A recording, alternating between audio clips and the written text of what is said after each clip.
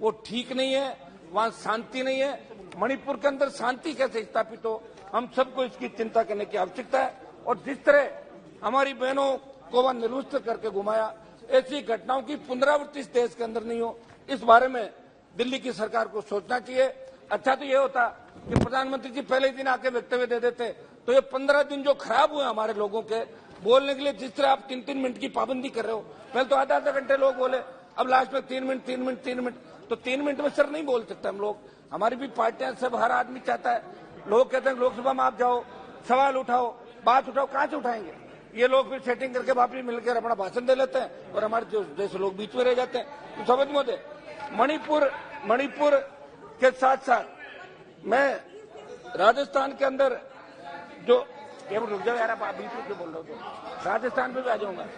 समझ महोदय, मैं राजस्थान की घटना पे भी आपका ध्यान आकर्षित करूंगा। यहाँ लोग बैठे होंगे। राजस्थान में मुख्यमंत्री जी का जो इलाका जहाँ से गृह मंत्री है, उस जवाहरलाल नेहरू यूनिवर्सिटी कैंपस के अंदर एक बालिका के साथ दुष्कर्म की घटना होती है।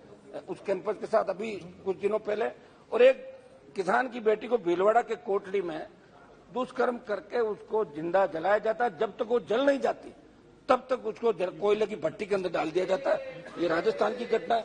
समझ में, राजस्थान में 2019 से लेकर 22 के अंदर नाबालिग बच्चों के साथ गैंगरेप के कुल 7,593 और 14 से लेकर जब आपकी सरकार थी 16 तक राजस्थान में नाबालिग बच्चों के विरुद्ध यौन हिंसा के कुल 7,084 मामले उस समय भी दर्ज होते। हमारा मकसद एक ही है कि ये नारी शक्ति को सम्मान कैसे मिले, ये अपराध कैसे घटे। मैं मांग करूंगा अध्यक्ष जी से कि 2 दिन आगामी जब सत्र हो तो नारी शक्ति के सम्मान में ये जो नारी उत्पीड़न के मामले देश में बढ़ रहे हैं, इनके लिए भी 2 दिन इस हाउस के अंदर चर्चा होनी चाहिए और प्रत्येक सांसद को बोलने का मौका मिलना चाहिए। समझ महोदय, मध्य प्रदेश के रीवा में 2 नाबालिग लड़कियों से सामूहिक दुष्कर्म हुआ। छत्तीसगढ़ के बस्तर में 23 वर्षीय बालिका के साथ सामूहिक दुष्कर्म जैसी घटनाएं हुई। केंद्र सरकार को महिलाओं के बढ़ते अपराध कांड को समझते हुए कड़े कानून बनाने के साथ साथ उन अपराधियों में भय और खौफ पैदा करने की आवश्यकता है। समग्र देश और राजस्थान में दंगों की जानकारी, ये लंबा चौड़ा आंकड़ा है। 16 से 20 तक दंगे, 16 जो दंगे हुए, उससे पहले दंगे हुए, ये शर्मनाक दंगे हैं जो हजारों की तादाद के थे। 50,000 से ज्यादा आंकड़े दंगों के इस देश के अंदर देखने को मिलते हैं। समग्र देश की बिगड़ती कानून व्यवस्था और भारत सरकार की बेबसी, ये जब कोई बात आती तो भारत सरकार यहाँ कहती है कि ये तो स्टेट का मामला है, और जब स्टेट अपना अधिकार मांगता है तब आप दिल्ली वाले उनको डरा के भेज देते हो स्टेट को। तो मेरा इसके अंदर रहेगा कि आप अपनी बेबसी नहीं दर्शाएं। आप ये नहीं कहें कि अनुसूची के अंदर ही तो राज्य सरकार जाने, और जब राज्य सरकार कोई काम करना चाहती है तो आप उसके अंदर अड़ंगा डाल देते हो।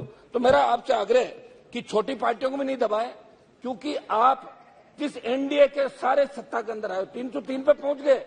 एनडीए का बहुत बड़ा योगदान था 14 और 19 के अंदर, और अब भी एनडीए के अंदर आप ऐसे दलों को शामिल कर रहे हो जिनका एक भी एमपी नहीं है। वो लंबी मैं नहीं हूं, मैंने आपकी तरफ सुनी है, मैंने आपकी तरफ हूं और मैं इनकी तरफ हूं। मैं अकेला लड़ाई लड़ रहा हूं, मेरे दम पे लड़ाई लड़ रहा हूं। समझ महोदय, नशा आज देश के अंदर जिस तरह नशा बढ़ रहा है, मैं आपको उदाहरण दूंगा कि देश में करीब 62 लाख बच्चे जिनकी आयु 10 से 17 वर्ष के बीच है, भांग, ओपियोइड व कोकीन का इस्तेमाल कर रहे हैं। समझ महोदय, किसान समर्थन मूल्य प्रधानमंत्री फसल बीमा योजना, ये सही है कि प्रधानमंत्री फसल बीमा योजना किसानों के लिए, ये आप उनसे किसानों से पैसा भरवा लेते हो, किसान पैसा भर देता है, लेकिन बीमा कंपनियां वापस मिलती नहीं। न तो उनका कोई ऑफिस है, न उनको हम पकड़ सकते हैं, मुकदमा दर्ज कराते हैं, नहीं मिलता। राजस्थान में शायद पिछले दिनों में बेनीवाल जी एक मिनट में इसी पर समय आप समाप्त कीजिए, कंक्लूड करो। मेरी मांग है कि एमएसपी में पूरी खरीद हो, जो फसल बीमा कंपनियां घोटाले करी उनकी जांच हो। 7 अगस्त को मेरे एक सवाल के जवाब में वित्त मंत्री जी ने बताया था कि 20 लाख किसानों पर 86,000 करोड़ का कृषि कर्ज बकाया है, और राजस्थान में किसानों पर 1,47,568 करोड़ का कृषि कर्ज बकाया है। कांग्रेस सरकार के भी जब नेता वहां गए थे, जब चुनाव हुए, तब इनके नेता ने कहा था कि 10 दिन में कर्जा माफ करेंगे। मैं इनको भी याद दिलाना चाहता हूं कि आपकी सरकार है और आप रेवड़ियां बांट रहे हो, तो किसान का पूरा कर्जा भी आप माफ करें। राजस्थान के अंदर पेपर लीक की घटना है। ईडी की एंट्री हो गई, हर पेपर आउट हो रहा है। और सीकर के अंदर कलाम कोचिंग इंस्टीट्यूट में ईडी ने एंट्री करी है, वहां कांग्रेस के एक बड़े नेता का नाम आ रहा है, जिसमें पहले मीडिया और दूसरे नेताओं ने भी आरोप लगाया। मेरा ये था कि ईडी की एंट्री से कुछ नहीं होगा।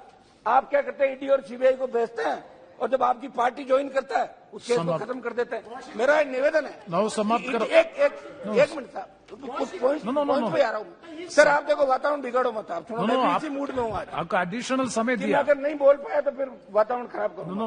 जल्दी मेरी बात सुनो सर, एक मिनट में सारी एक डेढ़, आपने इनको 15 मिनट दे दिए साहब, दो नहीं, आप 1.5 मिनट में बात, 1 मिनट से कंक्लूड करो। आप भी सिंगल मेंबर पार्टी से हैं, आप कंक्लूड करो प्लीज। नो, जान तो रखो। नो, मोदी सर, वर्तमान कांग्रेस सरकार पूर्ति भाजपा सरकार के कार्यकाल में 2 दर्जन से अधिक बड़ी भर्तियां परीक्षा रद्द हुई राजस्थान के अंदर। ये क्यों हो रही है? पेपर लीक क्यों हो रहा? कानून तो बन गया, ईडी पकड़ती है, एसओजी एसीबी जो स्टेट एजेंसी पकड़ती है, लेकिन उस मुख्य सूत्रधार को नहीं पकड़ती, जिसकी वजह से पेपर आउट हो रहे हैं। आरपीसी के चेयरमैन को बर्खास्त करे। ईडी की जो एंट्री हुई है उसका तो मैं स्वागत करता हूं, लेकिन ईडी मुख्य उसमें जाए। एक समझ बोले, बजरी का बहुत बड़ा खेल राजस्थान के अंदर हुआ, 4 लाख करोड़ का बजरी का घोटाला हुआ।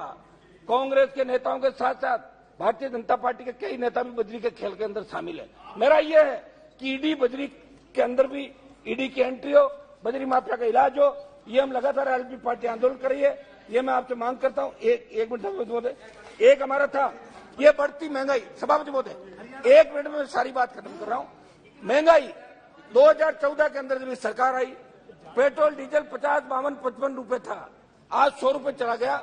अंतर्राष्ट्रीय बाजार में प्रति बैरल क्रूड ऑयल की कीमतें कम।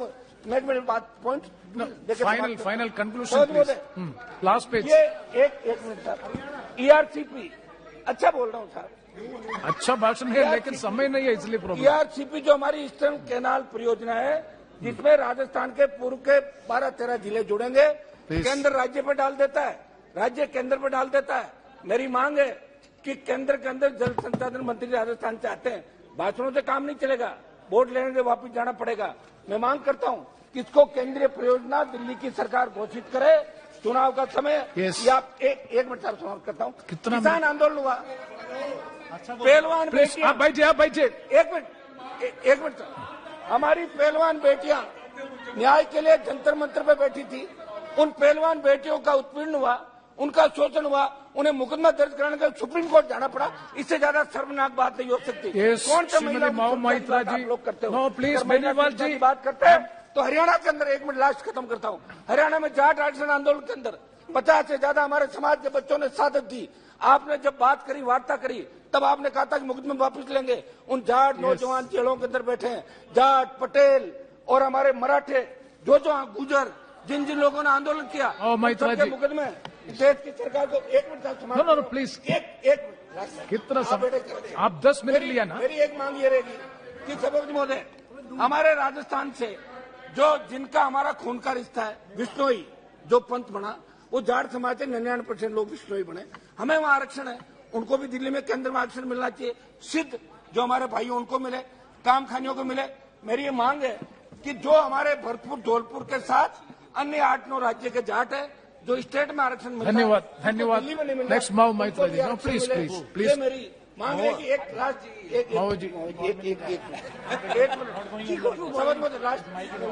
your mic is off, nothing is going on record. No, your mic is off. आप within 1 minute. No, आप within 1 minute से conclude करो. Last point पर. Yeah. मैं मांग करता हूं साहब कि अग्निपथ जो आप लेकर आए, उसका देश में विरोध हुआ, और उसके बाद आपने 25% की बजाय कहा कि जो 4 साल के लिए जाएगा उसको 50% में एडजस्ट करेंगे। हम मांग करते हैं कि अग्निपथ योजना वापस ले, नहीं तो दिक्कत आएगी आप लोगों को 24।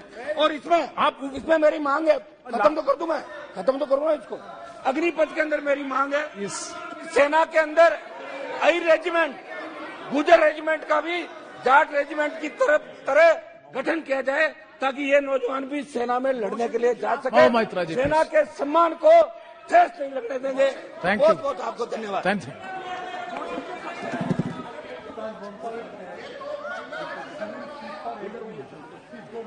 How much? 8 minutes maximum.